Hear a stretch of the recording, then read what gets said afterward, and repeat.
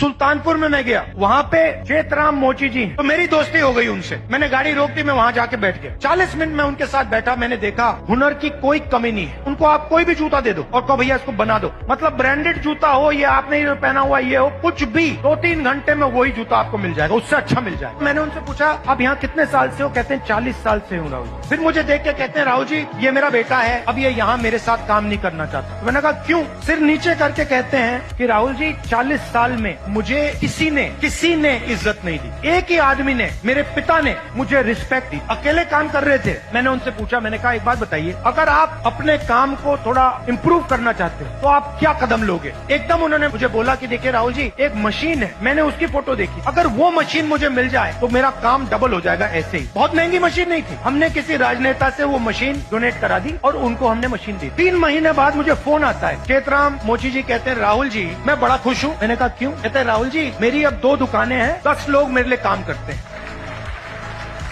मुझे लग रहा है इस मशीन से कि मैं 4-5 दुकानें खोल पाऊंगा। अब चेतराम मोची जी ने मुझे एक और बात बोली, यूपी सरकार ने मुझे एक बार ट्रेनिंग पे बुलाया, तो मैंने उनसे कहा क्या सीखे? कहते राहुल जी मैं वहाँ गया, ट्रेनर से ज्यादा तो मुझे मालूम था, और तो ट्रेनर मोची नहीं था, उसको तो कुछ मालूम ही नहीं था। मैंने कुछ टाइम उसको समझाने की कोशिश की, मगर फिर वो समझा नहीं तो वापस आ गया। हुनर किसके हाथ में है? चेतराम जी के हाथ में। ट्रेनिंग कौन दे रहा है?